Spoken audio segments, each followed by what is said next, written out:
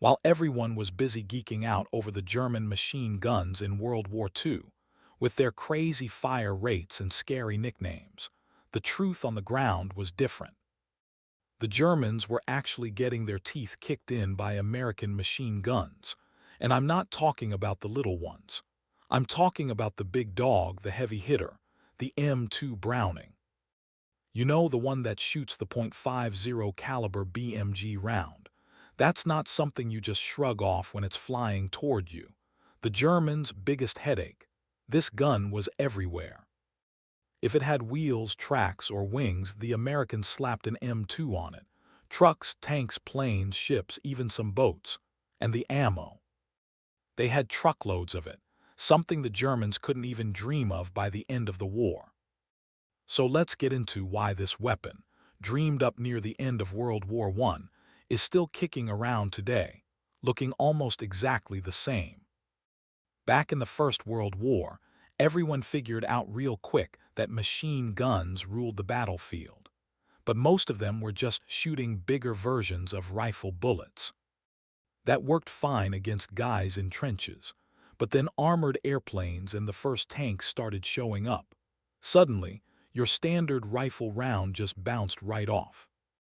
This new armor wasn't a fad, it was here to stay and only getting thicker. Someone needed to think bigger. That someone was General John Pershing. He basically said, we need something with more authority than these .30 cal guns. And that order landed on the desk of the legend himself, John Browning.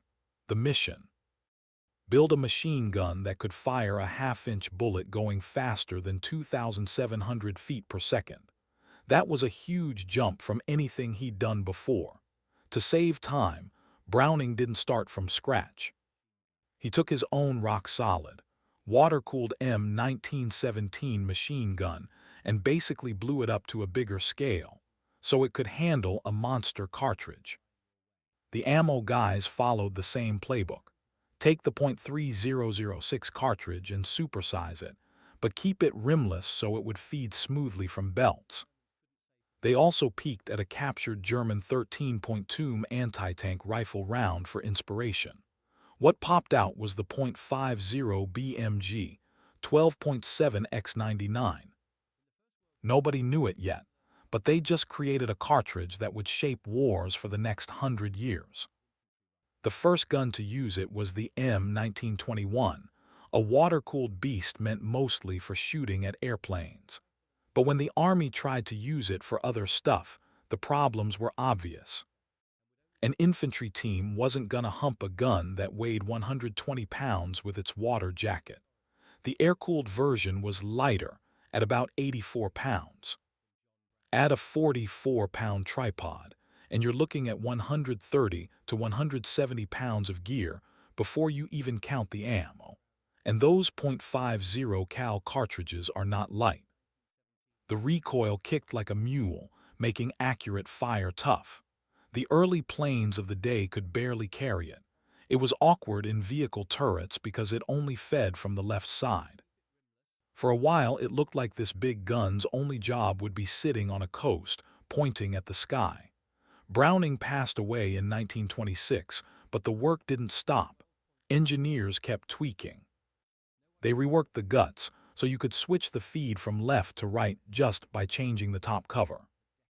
They built a universal receiver that could take different barrel setups, a heavy water-cooled jacket, a thick air-cooled barrel, or a skinny light barrel for planes. After a bunch of these refinements, the system got a new name, the M2 Browning. While other countries were moving to 20 more 30 cannons for similar jobs, the US stuck with the .50 on purpose. Its high speed and crazy versatility made it worth keeping. By the time World War II kicked off, America already had M2s sprinkled throughout the whole military. Fighters and bombers had them fixed in the wings and turrets. Ships and vehicles used them to swat planes out of the sky. Infantry units dragged them around on heavy tripods. For planes, they used the lighter barrels and cranked the rate of fire from about 500 rounds per minute up to nearly 1,200. That put a plane's .50 caliber guns in the same ballpark as the famous German MG-42's rate of fire, though pilots fired in short bursts because you only have a split second on a moving target. You can see how this played out just by looking at what planes carried. A B-17G Flying Fortress could pack up to *13 M2 Brownings. A P Thunderbolt carried 8, 4 in each wing. The Douglas A-26 Invader could be loaded with a mind-blowing 18 of them. Early in the war, this was a massive upgrade over the lighter .30 caliber guns. The .50 cal gave you a good rate of fire and a single-shot punch that could tear apart enemy fighters and bombers. With armor-piercing ammo, it could punch through engine blocks. A concentrated burst from several guns could even mess up hard ground targets. American pilots used them to blow up locomotives, shred armored cars, and even threaten tanks from above where the armor was thin. On the ground and at sea, it was the same story. On ships, the M2 was the last-ditch, get-off-my-lawn weapon against attacking planes, and crews trusted it. On vehicles, it put serious firepower on platforms that usually only had rifle-caliber guns. On a tripod, it could dominate an open field for miles, even if moving the blasted thing was a serious workout. What started as a specific answer to armor in WWI became the Swiss Army knife of heavy guns in World War II, mainly because the same basic guts could be adapted to any job without starting over from zero. That evolution was slow but smart. It went from a clumsy, water-cooled prototype that broke soldiers' backs to a refined gun where you could switch the feed direction in minutes, to a set of barrels that let the same core mechanism work on a ship, a jeep, a plane, or the dirt. This modular idea was a logistics dream. A guy could learn the gun once and then see it on a tank, a plane, or a boat, and already know how it worked. By the time the war was in full swing, troops wanted the heavy-barrel M2 on anything that moved. Tanks, half-tracks, trucks, even regular soft-skinned jeeps if they could find a spot to bolt a mount. Factories churned them out to meet the demand. By 1945, there were millions of M2s in service, making it the most produced machine gun of the war. German units hated running into it because it was inescapable. A low-flying attack by a Stuka dive bomber suddenly got real dangerous when every other jeep and truck started throwing .50 cal slugs back at you. Tankers used it for anti-aircraft duty. On many American tanks, the gun was mounted on the back of the turret. A crewman had to climb out onto the engine deck, totally exposed, to fire it upwards at planes. It was the right angle for the job, but it was a seriously risky move, and everyone knew it. Now, if you've ever wondered how the Browning actually works when it fires, here's the simple version. The M2 uses something called short recoil operation. When you pull the trigger, the barrel and the bolt are locked together. They both slam backwards a tiny bit, just about 1/3 of an inch, as the bullet shoots out. This keeps the hot, expanded cartridge case supported so it doesn't rip apart.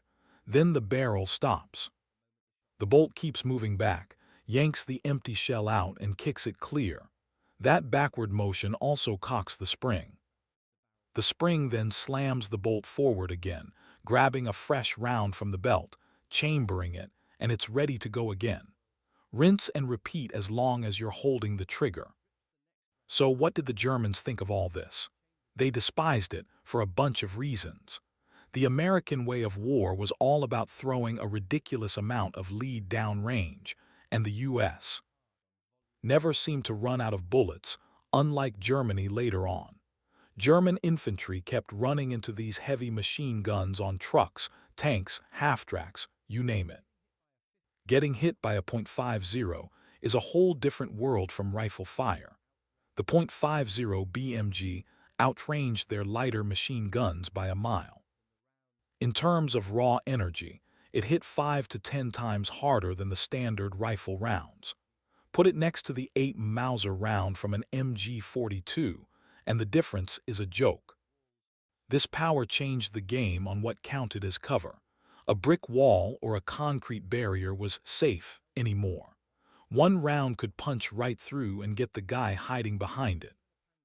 And if the first shot didn't get through, holding the trigger on one spot would chew through the wall or a sandbag nest. Even a tank like the Panzer IV could have a real bad day under heavy .50 cal fire. Shots to the side, rear, tracks, or turret ring could do real damage, jamming the turret, busting optics, or snapping tracks. In the Pacific, it was even more obvious. The lightly armored Japanese tanks that charged in bands. Attacks were stopped cold by .50 cals more than once. Tank crews would just open up and knock them out with gunfire that would have bounced off a heavier tank.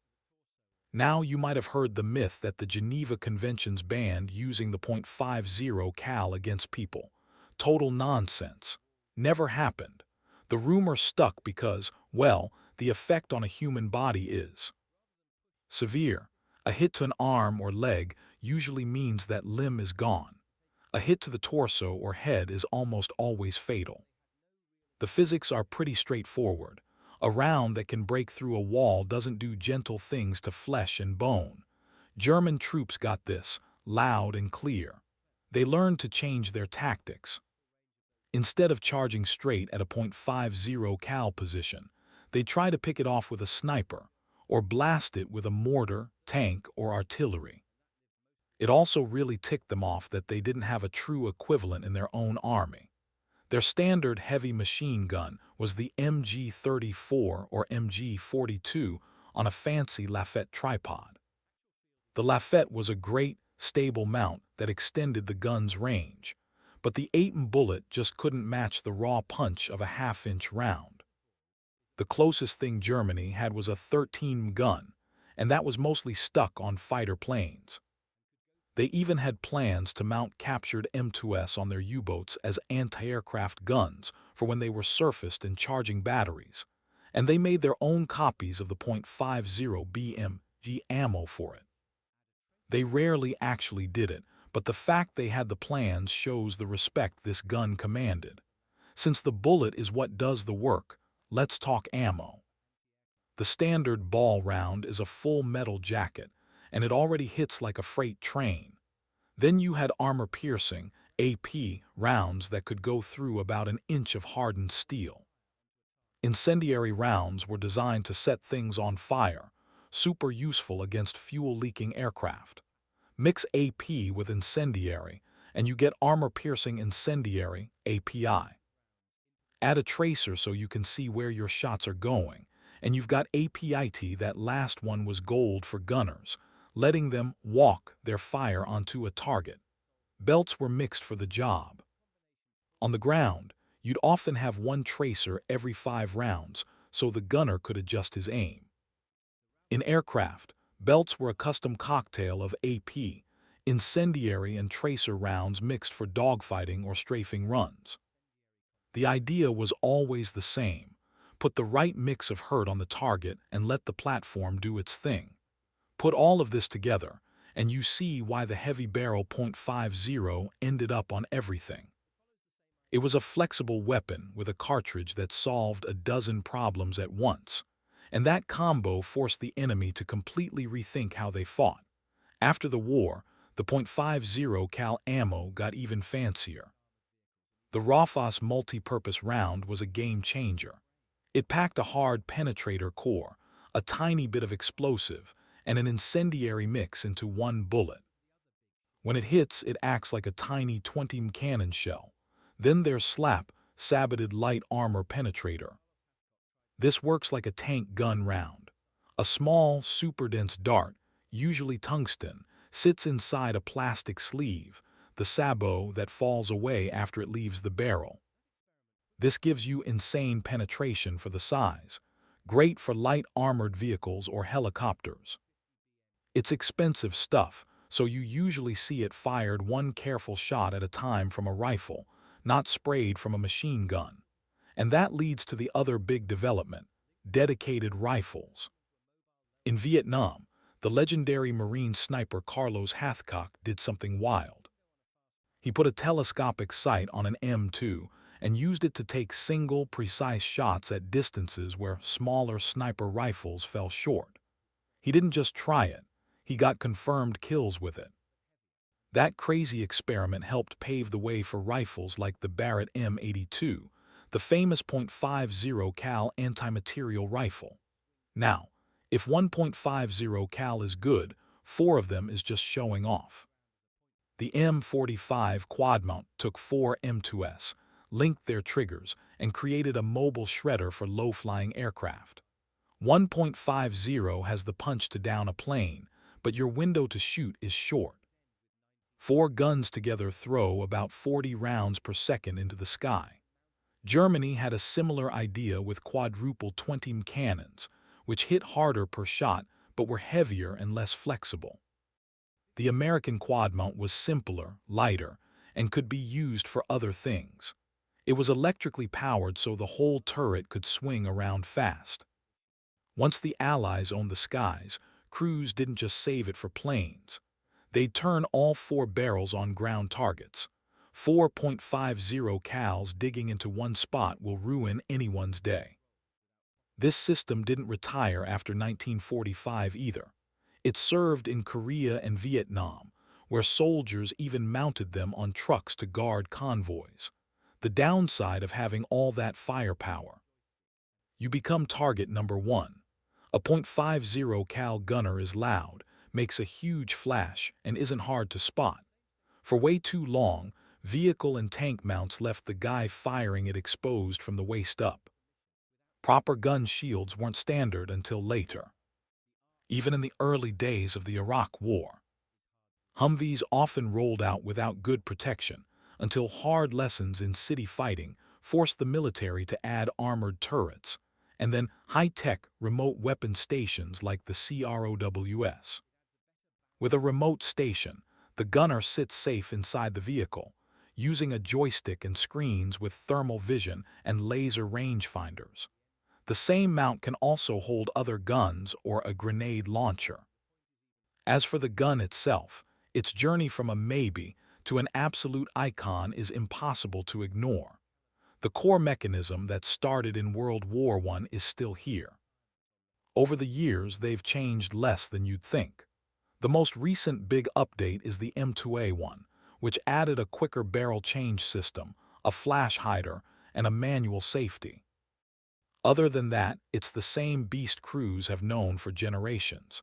People talk about the MG42's legacy living on in modern guns, and that's true. But with the Browning, the point hits even harder. This design crawled out of the mud of the First World War and is still earning its paycheck. The gun and the caliber are still doing jobs that nobody's found a better way to do. That's staying power.